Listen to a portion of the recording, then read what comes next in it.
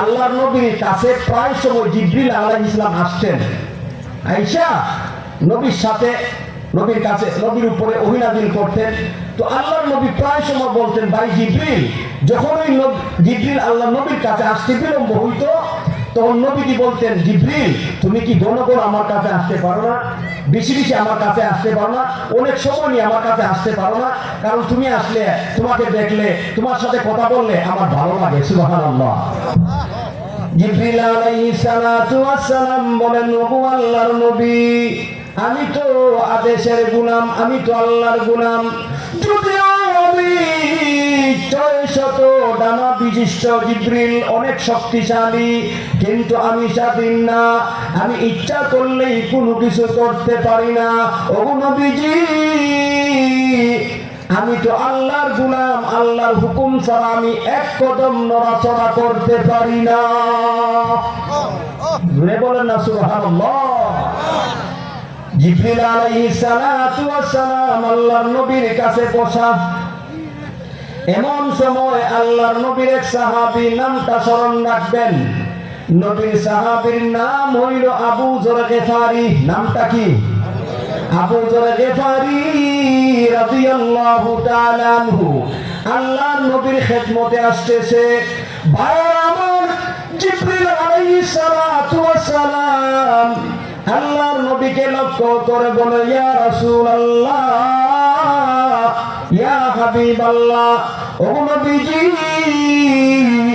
ওই যে আপনার সাহাবী আবু যর আপনার কাছে আসতেছে। সুবহানাল্লাহ বলেন। নবীজি বলেন, ভাই জিবরিল, তুমি কি আমার সাহাবী আবু যররে চিনো নাকি? কারণ তুমি তো জিবরিল, তুমি তো ফেরেশতা, তুমি তো আসমানের বাসিন্দা, জমিনের বাসিন্দা। আমার সাহাবী আবু যরকে চিনার তো কথা না। তুমি কি আমার সাহাবী আবু যরকে চিনো নাকি? সুবহানাল্লাহ বলেন। ভাইরা আমার, জিবরিল আলাইহিস সালাতু ওয়াস সালাম আল্লাহর নবীকে লক্ষ্য করে বলে, ওগো নবীজি, আমি জিবরিল আপনার সাহাবী আবু যরকে চিনি। শুধু তাই না, বরং আসমানের যত ফেরেশতা আছে সব ফেরেশতা শুধু চিনে আবু যরকে, তাই না, বরং নবীজি গো, আসমানের সমস্ত ফেরেশতা তো চিনেই চিনে। সমস্ত ফেরেশতা আপনার সাহাবী আবু যরকে সম্মান প্রদর্শন করে। ও নবীজি, আপনার সাহাবী আবু যরকে আসমানের বাসিন্দা ফেরেশতারা শুধু চিনেই না, বরং তাকে যথেষ্ট পরিমাণে সম্মান করে। সুবহানাল্লাহ।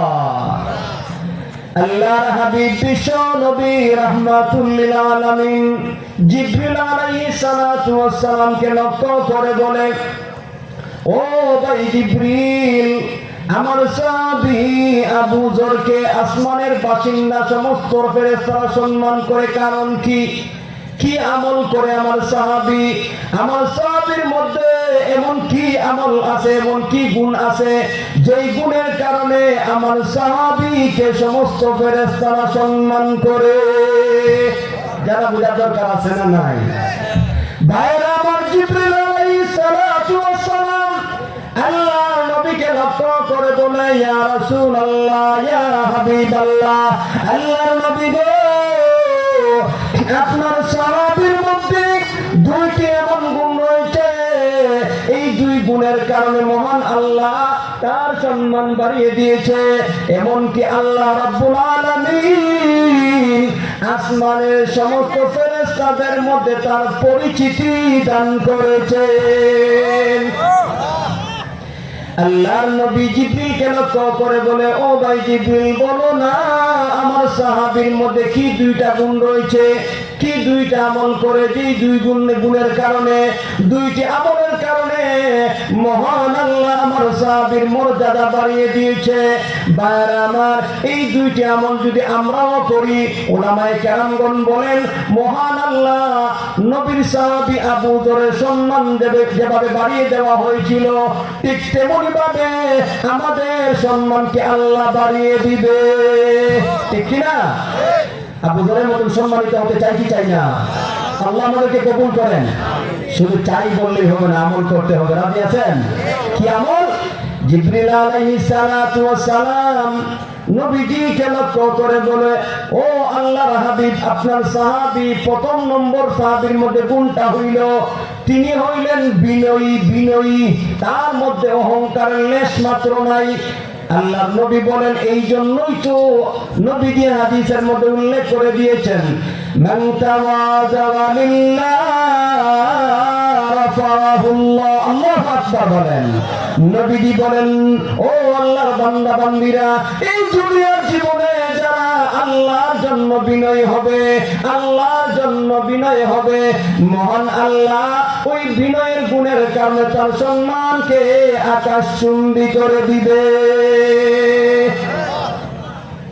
জিবরিল আলাইহিস সালাতু ওয়াস সালাম এবার আল্লাহর নবীকে লক্ষ্য করে বলে, ইয়া রাসূলুল্লাহ, ইয়া হাবিবাল্লাহ, ও নবীজি, আপনার সাহাবীর মধ্যে দুইটি গুণের প্রথম গুণ হইল আপনার সাহাবী বিনয়ী, তার মধ্যে বিনয় নম্রতা রয়েছে, সে বিনয়ের সাথে চলাফেরা করে, এক নম্বর গুণ। দুই নম্বর গুণ হইল আপনার সাহাবী বেশি বেশি করে সূরাতুল ইখলাস তেলাওয়াত করে। জোরে বলেন না সুবহানাল্লাহ। সূরা ইখলাস পারেননি? আমরা সবাই পারি, কিন্তু আমল করি না। আজকে থেকে নিয়ত করব, ইনশাআল্লাহ এই বিনয়ের গুণ অর্জন করব, বিনয়ের সাথে চলব, কোনো মানুষের সাথে অহংকার করব না। আমি সুন্দর, অসুন্দর মানুষকে দেখে অহংকার করব না। আমি শিক্ষিত, অশিক্ষিত মানুষদেরকে দেখে আমি অহংকার করব না। আমি ধনী, গরিব মানুষকে দেখে আমি অহংকার করব না। কারণ ধনী গরিব সৌন্দর্য এগুলা কে দিয়েছে? জোরে বলেন, কে দিয়েছে? আল্লাহ আমাকে ধনী বানাইছে, আল্লাহ আরব ভাইকে গরিব বানাইছে। অহংকার করার কিছু আসেনি ভাই? না, বরং আল্লাহ শুকরিয়া আদায় করা দরকার যে আলহামদুলিল্লাহ, আল্লাহ যে আমাকে ধনী বানাইছেন, আল্লাহ যে আমাকে সৌন্দর্য দান করছেন, আল্লাহ যে আমাকে শিক্ষিত বানিয়েছেন। কথা বলেন ঠিক কিনা? অহংকার ছেড়ে দিতে হবে, বিনয়ের গুণ অর্জন করতে হবে। এক নম্বর গুণ হলো বিনয়ের গুণ অর্জন করা। দুই নম্বর সূরাতুল ইখলাস বেশি বেশি করে তেলাওয়াত করা। মাত্র 4টি আয়াত। কয়টি আয়াত ভাই? দেখেন তো আমার সামনে যারা আছেন, অধিকাংশ লোকেরা আমরা সূরাতুল ইখলাস মুখস্থ পারি, নামাজের মধ্যে পড়ি, কিন্তু এটা আমল করি না। শুধু নামাজই পড়লে চলবে না, বরং সবসময় সূরাতুল ইখলাস পড়তে হবে। আল্লাহর নবীর সাহাবী আবু যর গিফারি অধিকাংশ সময় সূরাতুল ইখলাস তেলাওয়াত করতেন। সুবহানাল্লাহ বলেন। ভাইরা আমার, আল্লাহর নবী হাদিসের মধ্যে বলছেন, কেউ যদি সূরাতুল ইখলাস একবার পড়ে, আল্লাহ রাব্বুল আলামিন তার আমলনামার মধ্যে 10 পারা কোরআন পড়ার সওয়াব দান করে। কয় পারা? 10 পারা কোরআন তেলাওয়াত করার সওয়াব দান করে। আর হাদিস সাহেব যারা এই 10 পারা পড়তে কমপক্ষে 3 ঘন্টা সময় লাগে। কয় ঘন্টা ভাই? 3 ঘন্টা। আমি হাফেজ, আমার কাছে অন্য মানুষের কথা বলার টাইম নাই। যেহেতু আমি নিজে হাফেজ, আমি নিজে তেলাওয়াত করে দেখেছি। আপনি অক্ষরগুলি উচ্চারণ করিয়া বিশুদ্ধভাবে তেলাওয়াত করলে 10 পারা পড়তে কমপক্ষে 3 ঘন্টা সময় লাগে। আর আপনি মাত্র সূরা ইখলাস একবার পড়তে কয় ঘন্টা লাগে? সূরা ইখলাস 4টি আয়াত 20 এই সূরাটা তেলাওয়াত করলে কয় ঘন্টা লাগে ভাই? গণিত ধরেন, আমি পড়ি। কুল হুয়াল্লাহু আহাদ, আল্লাহু সামাদ, লাম ইয়ালিদ ওয়া লাম ইউলাদ ওয়া লাম ইয়াকুল লাহু কুফুয়ান আহাদ। 1 মিনিট তো লাগছে না মনে হয়, ঠিক কিনা ভাইরা আমার? দেখেন 1 মিনিট সময় লাগে না, অথচ একবার ইখলাস তেলাওয়াত করলে আল্লাহ রাব্বুল আলামিন 10 পারা কোরআন পড়ার সওয়াব দান করেন। আজকে থেকে নিয়ত করব যে প্রতিদিন 100 বার 200 বার যতবার পারি বেশি থেকে বেশি সূরা ইখলাস তেলাওয়াত করব। ভাইরা আমার, অনেকে আছেন হাফেজ না, অনেকে আছে আলেম না, অনেকে আছে 30 পারা কোরআন পড়তে জানি না, কিন্তু কমাস কম সূরাতুল ইখলাস পড়তে পারি, এমন লোক আছে না নাই? আজকে থেকে যদি আমরা নিয়ত করি যে এই ওয়াজটাকে আমল করব, যে আমি প্রতিদিন 1000 বার সূরা ইখলাস তেলাওয়াত করব, আমি 100 বার তেলাওয়াত করব, আমি 10 বার 20 বার তেলাওয়াত করব, ইচ্ছা করলে সম্ভব না অসম্ভব? জোরে বলেন, সম্ভব নেই? এই জন্য আমল করবো তো ইনশাআল্লাহ। একবার পড়লে 10 পারা, আর যদি কেউ 3 বার পড়ে আল্লাহ রাব্বুল আলামিন তার আমলনামার মধ্যে এক খতম কোরআন পড়ার সওয়াব দান করেন। কোরআনকে খতম করলে 30 পারা কোরআন পড়লে যে সওয়াব, 3 বার পড়লে আল্লাহ তার আমলনামার মধ্যে সমান সওয়াব দান করেন। সুবহানাল্লাহ বলেন। আল্লাহর নবীর সাহাবী আবু হুরায়রা রাদিয়াল্লাহু তাআলা আনহু উনি বলেন আল্লাহর নবী একবার এক জায়গায় গেছেন, গিয়া দেখেন এক সাহাবী সূরা ইখলাস তেলাওয়াত করে। নবীকে বললেন ওয়াজিব হয়ে গেছে, ওয়াজিব হয়ে গেছে। আল্লাহর নবী সাহাবী আবু হুরায়রা নবীকে প্রশ্ন করলেন, ইয়া রাসূলুল্লাহ, ইয়া হাবিবাল্লাহ, ওগো আল্লাহর নবী, কি ওয়াজিব হয়েছে? তো নবীজি বলেন ওই সাহাবীর জন্য আল্লাহর তৈরি জান্নাত ওয়াজিব হয়ে গেছে। সুবহানাল্লাহ। ভাইয়ের আমার, এভাবে একটা নয়, দুইটা নয়, অনেকগুলি হাদিসের মধ্যে তার ফজিলতের কথা, লাভের কথা বিবরণ দেওয়া হয়েছে, বর্ণনা করা হয়েছে। এই জন্য আমাদেরকে আমল করতে হবে, শুধু ওয়াজ শুনলে হবে না, আমল করা দরকার আছে না নাই? আল্লাহর নবী বলেন, ও আমার উম্মত, আল্লাহর কোন বান্দা বান্দি যদি 10-12 সূরা ইখলাস তেলাওয়াত করে, মহান আল্লাহ তার জন্য জান্নাতের মধ্যে একটা মহল তৈরি করে। জুড়ে বলেন, 10 বার পড়লে একটা মহল তৈরি করা হয়, 20 বার পড়লে 2টা মহল তৈরি করা হয়, 30 বার পড়লে 3টা মহল তৈরি করা হয়। আল্লাহর নবীর সাহাবী খলিফাতুল মুসলিমিন ওমর ইবনুল খাত্তাব রাদিয়াল্লাহু তাআলা আনহু বলেন, ওগো নবীজি, সূরাতুল ইখলাস 10 বার পড়লে একটা মহল দেওয়া হয়, জান্নাতের মধ্যে একটা মহলের মালিক বানানো হয়। ওগো আল্লাহর নবী, তাহলে তো আমরা জান্নাতের অনেক মহলের মালিক হয়ে যাব। আল্লাহর নবী বলেন, ওমর, মহান আল্লাহ, মহান আল্লাহ, আল্লাহ দান অনেক বেশি। আল্লাহ বান্দাদেরকে দান করার ক্ষেত্রে কার্পণ্য করবে না। তোমরা যত আমলই করো না কেন, তোমাদের আমলের পরিপূর্ণ বদলা আল্লাহর পক্ষ থেকে দেওয়া হবে। বলেন না সুবহানাল্লাহ। ভাইয়েরা আমার, আল্লাহর নবীর এক সাহাবী বিশ্ব নবীর কাছে এসে বললেন, ইয়া রাসূলুল্লাহ, ইয়া হাবিবাল্লাহ, ওগো আল্লাহর নবী, আমার পরিবারের মধ্যে বড় অভাব, আমি অভাবী মানুষ, আমার সংসারের মধ্যে অনেক লোক, খাবারের ব্যবস্থা নাই, অভাবের সংসার। ওগো আল্লাহর নবী, আমাকে একটা দোয়া শিক্ষা দেন, যাতে করে আমি অভাব মুক্তি হতে পারি, অভাব থেকে মুক্তি লাভ করতে পারি। মহান আল্লাহ যেন আমাকে সচ্ছলতার জীবন দান করে। সুবহানাল্লাহ। আল্লাহর নবী, বিশ্ব নবী রাহমাতুল লিল আলামিন ওই সাহাবীকে বলেন, ও আমার সাহাবী, তোমার জীবন থেকে যদি অভাব দূর করিয়া সচ্ছলতার জীবন পেতে চাও, তাহলে 2টা আমল করবা। ভাইয়েরা আমার, গভীর মনোযোগের সাথে কথাগুলি শুনেন। ওই সাহাবী বলেছিলেন, এই 2টি আমল করার পরে মহান আল্লাহর পক্ষ থেকে আমার দরিদ্রতা দূর করিয়া এত পরিমাণে আমার জীবনে সমৃদ্ধি দেওয়া হয়েছিল, আমার মালের দ্বারা আমার অভাব দূর হয়েছে, এমনকি আমার প্রতিবেশীরা আমার মালের দ্বারা উপকৃত হয়েছে। আল্লাহ আমার জীবন থেকে অভাব দূর করিয়া দিয়েছেন, আর এত সমৃদ্ধি আমাকে আল্লাহ দান করেছেন। আমার জীবনে সব প্রয়োজন পুরা হয়েছে, এমনকি আমার প্রতিবেশীদের প্রয়োজন আল্লাহ আমার মালের দ্বারা পুরা করেছেন। সুবহানাল্লাহ বলেন। আমাদের মনে হলে কি অভাবী আছি না নাই? এই আমলটা করেন। দেখেন ভাই, আজকে শুধু ওয়াজ শুনি কিন্তু আমল করার নাই। এটা আমল করতে হবে, ঠিক কিনা বলেন? অভাব দূর করতে হবে। ওই নবীজি সাহাবীকে যে আমলের কথা বলেছেন, আমরাও যদি এই আমল করি, সাহাবীর জীবন থেকে অভাব দূর হয়েছে, আমাদের জীবন থেকে অভাব দূর হবে কি হবে না? অবশ্যই হবে। আল্লাহর নবী বলেন, সাহাবীরে, তোমার জীবন থেকে অভাব দূর করতে হলে 2টা আমল করবা। প্রথম নম্বর আমল হইল, তুমি যখন ঘরের মধ্যে প্রবেশ করবা, ঘরের মধ্যে কেউ থাকুক বা না থাকুক, তুমি ঘরের মধ্যে প্রবেশ করার সময় সালাম দিবা। কি দিবা?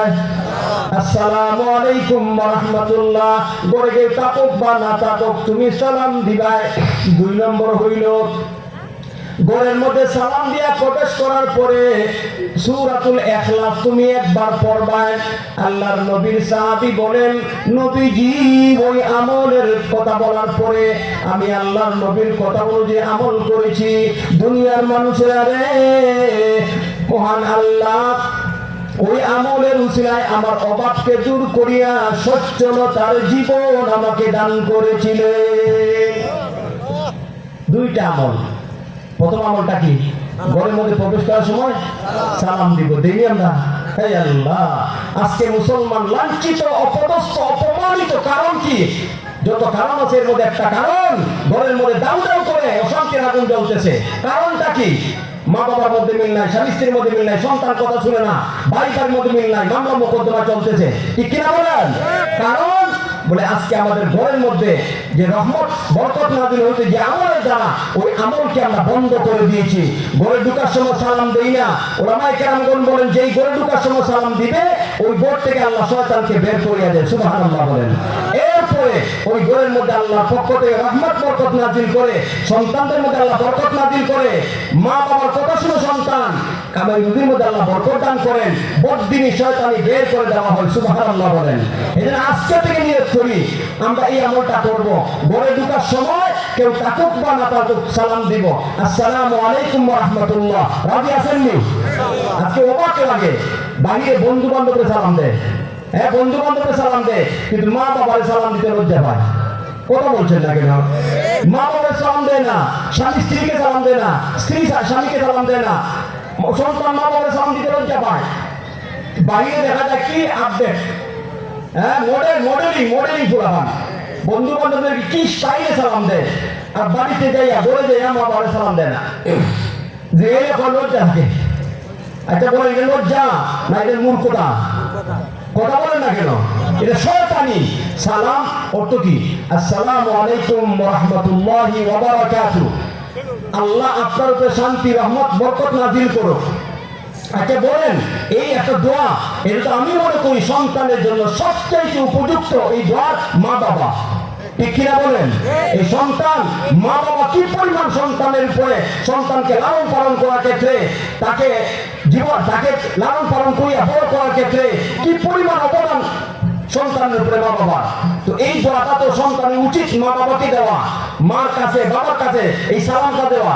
কিন্তু দেখা যায় মা বাবার সালাম দেয় না, স্বামী স্ত্রীকে সালাম দিয়ে লজ্জা বোধ করে, স্ত্রী স্বামীকে সালাম দেয় না, সন্তানদেরকে সালাম দেয় না, বয়স্করা মুরব্বীরা শিশু বাচ্চাদেরকে সালাম দিতে চায় না। আর এখন বর্তমান মডেলিং যুগে, আপনার স্মার্ট যুগে, আপনার শিশুরাও বাচ্চারাও মুরব্বীদেরকে সালাম দেয় না। কথা বলেন ঠিক কিনা? এই জন্য না ভাই, সব জায়গায় সালামের প্রসার করাইতে হবে। আল্লাহর নবী বলেন, লা ইয়াদখুলুল জান্নাতা হাত্তা তুমিনু। ও আমার উম্মত, তোমরা জান্নাতে প্রবেশ করতে পারবে না যতক্ষণ পর্যন্ত না